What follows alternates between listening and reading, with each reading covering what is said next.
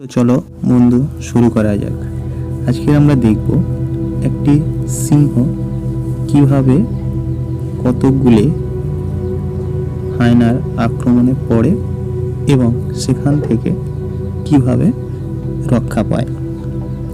সাধারণত জঙ্গলে সমস্ত প্রাণী তারা দলবদ্ধভাবে থাকতে পছন্দ করে এবং ঘুরে বেড়ায়, কিন্তু অনেক সময় তারা ওই দল থেকে বিচ্যুত হলে তখন তাদের প্রাণ নাশের সম্ভাবনা থেকে যায়।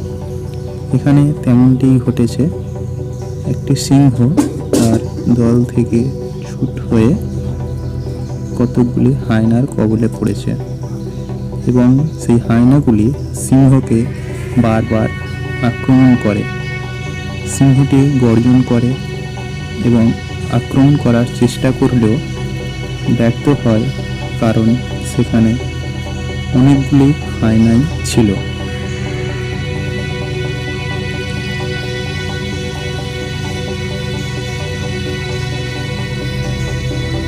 এমতো অবস্থায় সিংহটি বারবার আক্রমণের চেষ্টা করলেও সেখান থেকে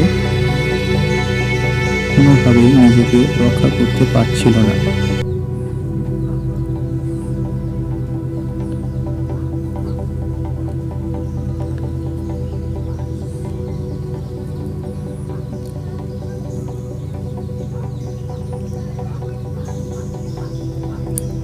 সিংহ সাধারণত একটি শক্তিশালী প্রাণী, কিন্তু এখানে সে তাদের দলের কাছে ব্যর্থ হয়।